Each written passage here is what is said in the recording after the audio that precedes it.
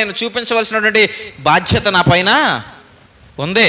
ఆ బాధ్యత నా పైన ఉంది. ఆయన మహిమా దేహపు లక్షణాలు ఈ కనిపించే భౌతిక దేహంలో చూపించాల్సినటువంటి బాధ్యత నాపై ఉంది.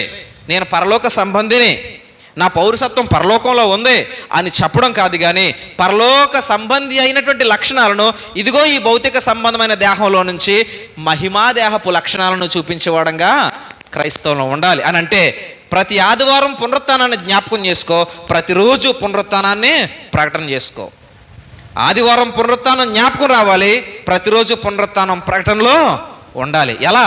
నోటితో నేను చేయలేను, చెయ్యకు. నీ దేహం మహిమా దేహపు స్వారూప్యాన్ని కలిగింది. ఈ దేహం మహిమా దేహపు స్వారూప్యాన్ని కలిగింది అంటే దీనికి మచ్చ అంటుకొనేవో, డాగు అంటుకొనేవో, కళంకం రానివ్వో.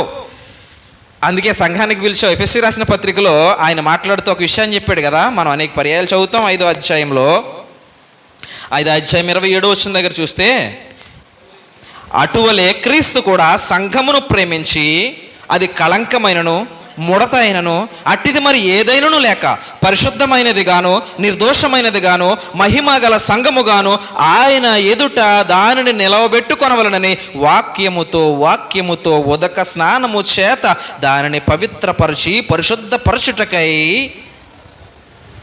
సంఘం కొరకు, మనల్ని పరిశుద్ధపరచుట కొరకు, మనల్ని పవిత్రపరచుట కొరకు, మనల్ని దేవుని ఎదుట నిలబెట్టుట కొరకు వాక్యం చేతట మనకి ఏం చేస్తున్నాడట?